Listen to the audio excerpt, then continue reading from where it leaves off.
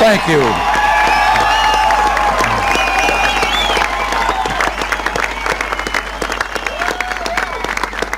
Thank you very much. Chancellor Kohl, Governing Mayor Deepkin, ladies and gentlemen, 24 years ago, President John F. Kennedy visited Berlin. And speaking to the people of this city and the world at the City Hall, well, since then, 2 other presidents have come, each in his turn, to Berlin. And today, I myself make my second visit to your city.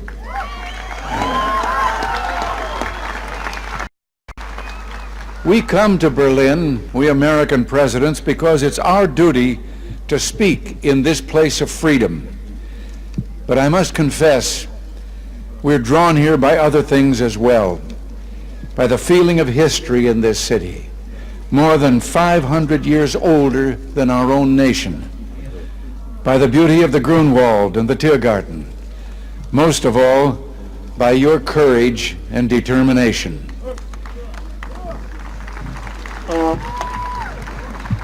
Perhaps the composer Paul Linke understood something about American presidents. You see, like so many presidents before me, I come here today because wherever I go, whatever I do, ich hab noch keinen Koffer in Berlin.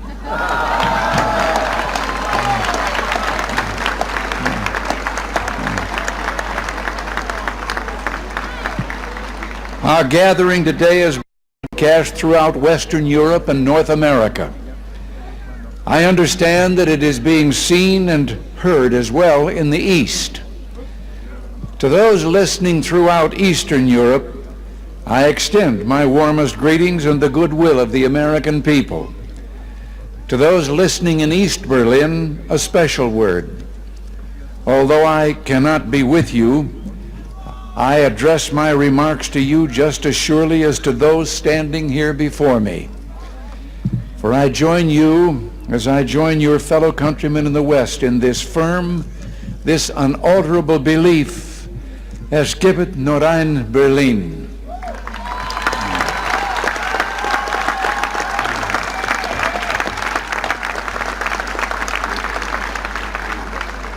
Behind me stands a wall that encircles the free sectors of this city, part of a vast system of barriers that divides the entire continent. From the Baltic south, those barriers cut across Germany in a gash of barbed wire, concrete, dog runs, and guard towers. Farther south, there may be no visible, no obvious wall, but there remain armed guards and checkpoints all the same. Still a restriction on the right to travel. Still an instrument to impose upon ordinary men and women the will of a totalitarian state. Yet it is here in Berlin where the wall emerges most clearly. Here, cutting across your city, where the news photo and the television screen have imprinted this brutal division of a continent upon the mind of the world. Standing before the Brandenburg Gate, every man is a German, separated from his fellow men.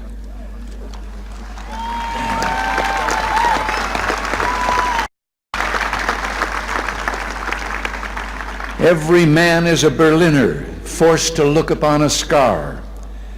President von Weizsäcker has said the German question is open as long as the Brandenburg Gate is closed.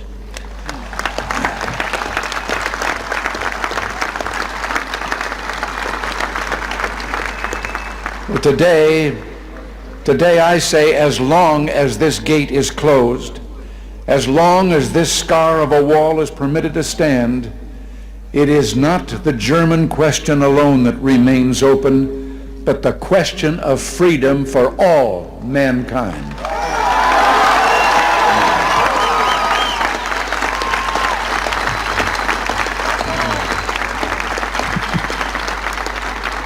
Yet, I do not come here to lament, for I find in Berlin a message of hope, even in the shadow of this wall, a message of triumph. In this season of spring in 1945, the people of Berlin emerged from their air raid shelters to find devastation. Thousands of miles away, the people of the United States reached out to help. And in 1947, Secretary of State, as you've been told, George Marshall, announced the creation of what would become known as the Marshall Plan. Speaking precisely 40 years ago this month, he said, "Our policy is directed not against any country or doctrine, but against hunger, poverty, desperation, and chaos."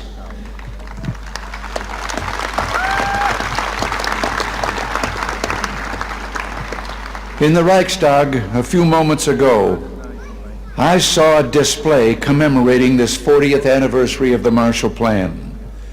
I was struck by the sign on a burnt-out, gutted structure that was being rebuilt. I understand that Berliners of my own generation can remember seeing signs like it dotted throughout the western sectors of the city. The sign read simply, "The Marshall Plan is helping here to strengthen the free world." A strong free world in the West. That dream became real. Japan rose from ruin to become an economic giant. Italy, France, Belgium, virtually every nation in Western Europe saw political and economic rebirth. The European Community was founded. In West Germany and here in Berlin, there took place an economic miracle. The Wirtschaftswunder. Adenauer, Erhard, Reuter, and other leaders understood the practical importance of liberty, that just as truth can flourish only when the journalist is given freedom of speech, so prosperity can come about only when the farmer and businessman enjoy economic freedom. The German leaders reduced tariffs, expanded free trade, lowered taxes. From 1950 to 1960 alone, the standard of living in West Germany and Berlin doubled. Where 4 decades ago there was rubble, today in West Berlin there is the greatest industrial output of any city in Germany. Busy office blocks, fine homes and apartments, proud avenues and the spreading lawns of parkland. Where a city's culture seemed to have been destroyed, today there are 2 great universities, orchestras and an opera, countless theaters and museums. Where there was want, today there's abundance, food, clothing, automobiles, the wonderful of the Kudamm.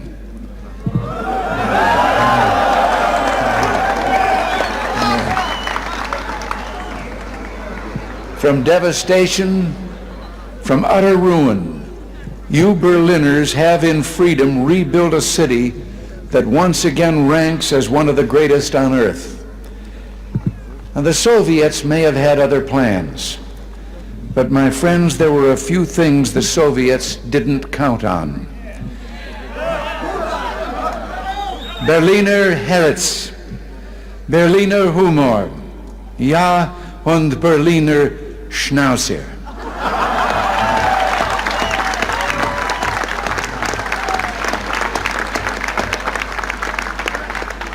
In the 1950s,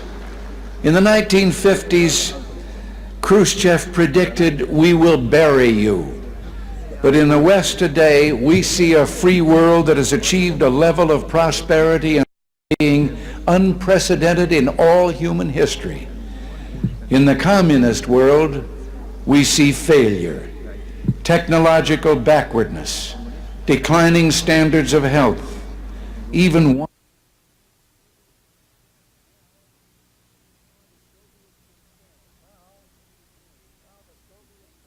and now the Soviets themselves may in a limited way be coming to understand the importance of freedom. We hear much from Moscow about a new policy of reform and openness. Some political prisoners have been released.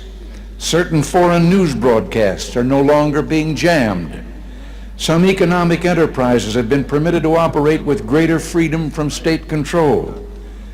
Are these the beginnings of profound changes in the Soviet state, or are they token gestures intended to raise false hopes in the West or to strengthen the Soviet system without it?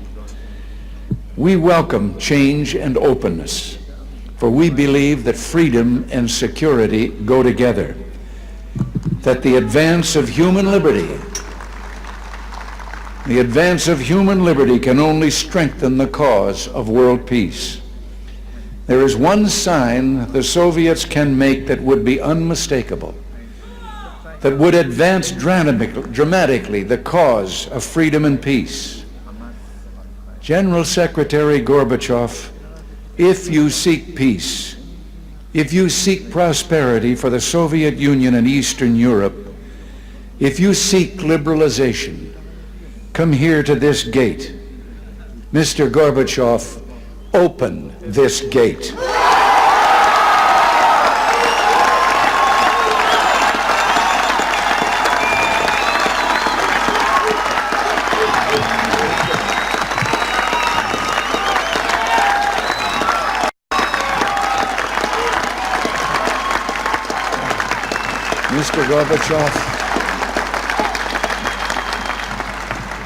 Mr. Gorbachev, tear down this wall.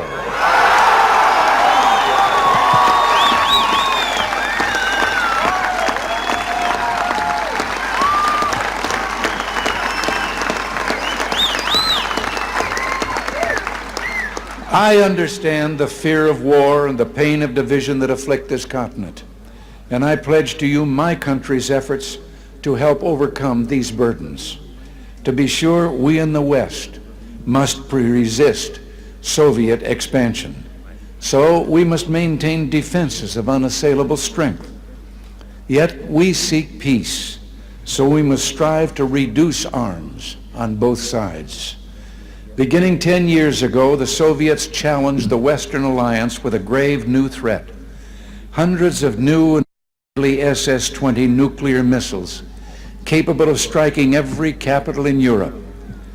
The Western alliance responded by committing itself to a counter-deployment. Unless the Soviets agreed to negotiate a better solution, namely the elimination of such weapons on both sides, for many months, the Soviets refused to bargain in earnestness. As the alliance in turn prepared to go forward with its counter-deployment, there were difficult days of protests like those during my 1982 visit to this city. And the Soviets later walked away from the table. But through it all, the alliance held firm. And I invite those who protested then, I invite those who protest today to mark this fact.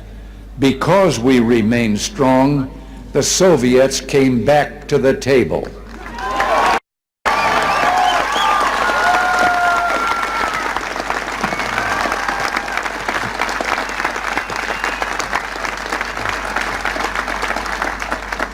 Because we remain strong today, we have within reach the possibility not merely of limiting the growth of arms, but of eliminating for the first time an entire class of nuclear weapons from the face of the earth. As I speak, NATO ministers are meeting in Iceland to review the progress of our proposals for eliminating these weapons. At the talks in Geneva, we have also proposed deep cuts in strategic offensive weapons.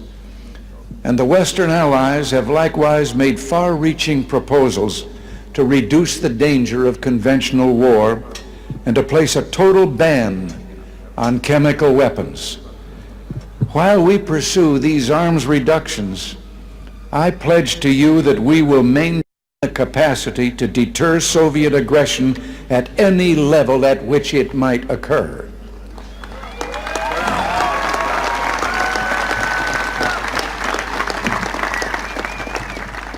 And in cooperation with many of our allies, the United States is pursuing the Strategic Defense Initiative. research to base deterrence not on the threat of offensive retaliation, but on defenses that truly defend, on systems, in short, that will not target populations, but shield them. By these means, we seek to increase the safety of Europe and all the world. But we must remember a crucial fact. East and West do not mistrust each other because we're armed. We're armed because we mistrust each other.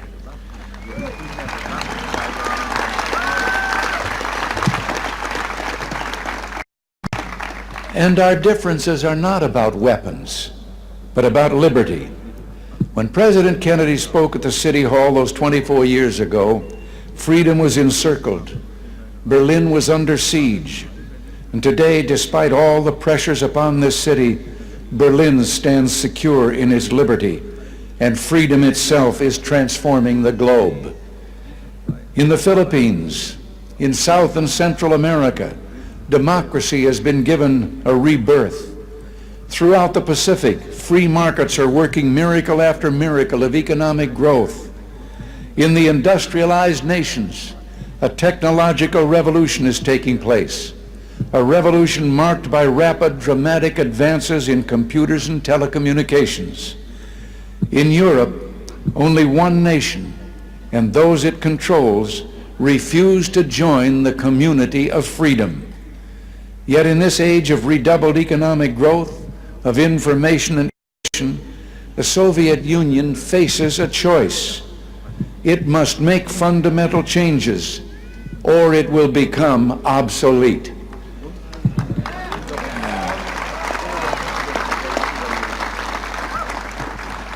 Today, thus represents a moment of hope. We in the West stand ready to cooperate with the East to promote true openness, to break down barriers that separate people, to create a safer, freer world. And surely there is no better place than Berlin, the meeting place of East and West, to make a start.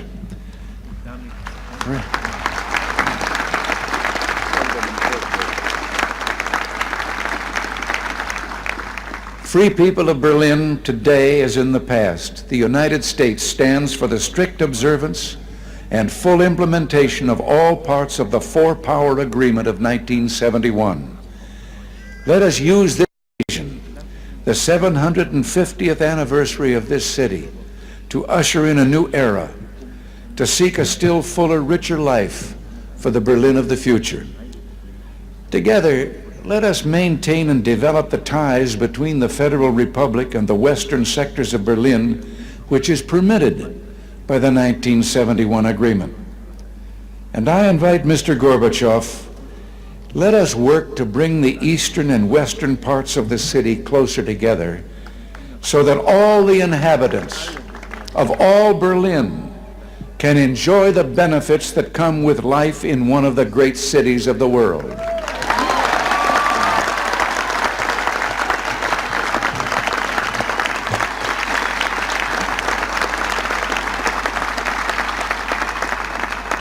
To open Berlin still further to all Europe, East and West, let us expand the vital air access to this city, finding ways of making commercial service to Berlin more convenient, more comfortable, and more economical. We look to the day when West Berlin can become one of the chief aviation hubs in all Central Europe. With our French and British partners, the United States is prepared to help bring international meetings to Berlin. It would be only fitting for Berlin to serve as the site of United Nations meetings, or world conferences on human rights and arms control, or other issues that call for international cooperation.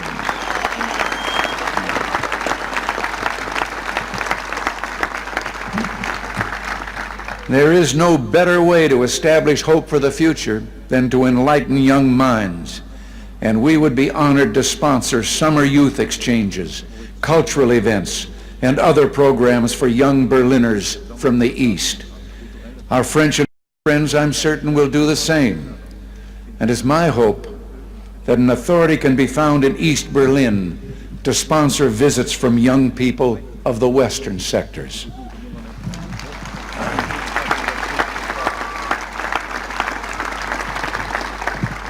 One final proposal, one close to my heart. Sport represents a source of enjoyment and ennoblement. And you may have noted that the Republic of Korea, South Korea, has offered to permit certain events of the 1988 Olympics to take place in the North.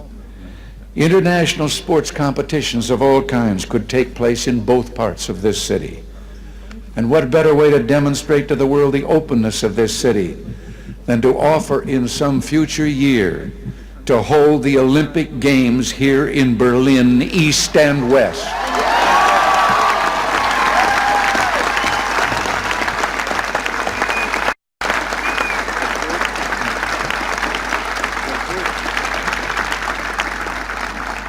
In these 4 decades, as I have said, you Berliners have built a great city. You've done so in spite of threats, the Soviet attempts to impose the Eastmark, the blockade. Today, the city thrives in spite of the challenges implicit in the very presence of this wall. What keeps you here? Certainly there's a great deal to be said for your fortitude, for your defiant courage, but I believe there's something deeper. Something that involves Berlin's whole look and feel and way of life. Not mere sentiment. No one could live long in Berlin without being completely disabused of illusions. Something instead that has seen the difficulties of life in Berlin but chose to accept them. That continues to build this good and proud city in contrast to a surrounding totalitarian presence that refuses to release human energies or aspirations. Something that speaks with a powerful voice of affirmation, that says yes to this city, yes to the future, yes to freedom. In a word, I would submit that what keeps you in Berlin is love.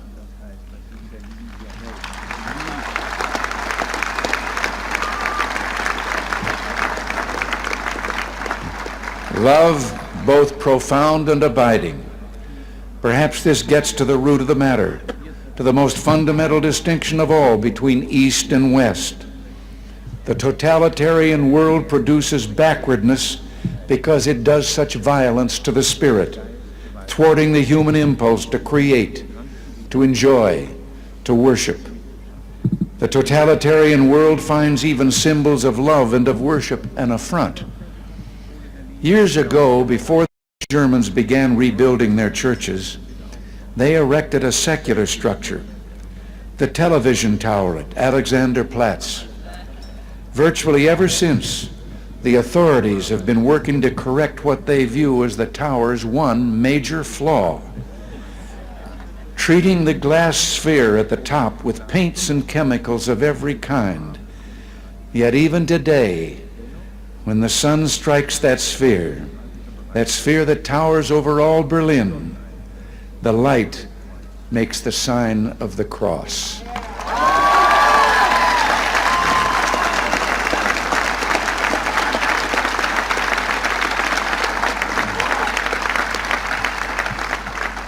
There in Berlin, like the city itself, symbols of love, symbols of worship cannot be suppressed.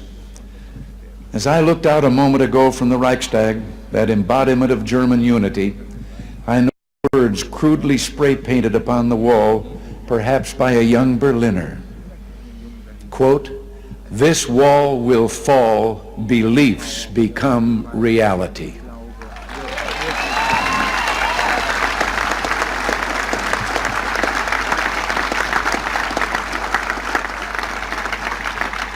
Yes, across Europe this wall will fall, for it cannot withstand faith, it cannot withstand truth. The wall cannot withstand freedom. And I would like, before I close, to say one word. I have read and I have been questioned since I've been here about certain demonstrations against my coming. And I would like to say just one thing, and to those who demonstrate so. I wonder if they have ever asked themselves that if they should have the kind of government they apparently seek, no one would be able to do what they're doing again.